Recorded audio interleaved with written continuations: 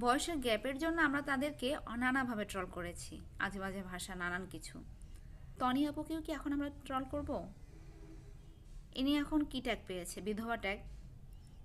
তার ব্যবসার খাতিরে, কাজের খাতিরে, জীবনযাপনের খাতিরে তিনি এখন নানান মানুষের সঙ্গে মিশতেই পারেন। আবার এমনও হতে পারে কয়েক বছরের ব্যবধানে বা এই বছর ঘুরতে না ঘুরতেই তিনি আরও একটা মানুষকে লাইফে ইনভলভ করবে। এটা মানুষের নেচার, সহজাত প্রবৃত্তি বা স্বাভাবিক, এটা হবেই।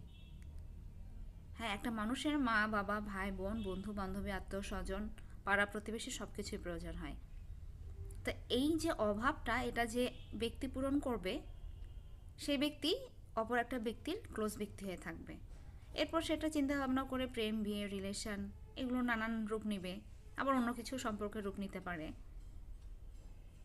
তা এখন আমরা তাকে নিয়ে কী করব? আমাদের কি করা উচিত? ট্রল করব? কি কি কমেন্ট করব? যদি আগে থেকে কেউ একটু কমেন্ট করে দিতেন, তাহলে পরবর্তীতে আমাদের সবাই মিলে কমেন্ট করতে সুবিধা হতো, তাই না? আমাদের কি এগুলো বন্ধ করা উচিত, নাকি চালিয়ে যাওয়া উচিত? কোনটা করলে ভালো হবে?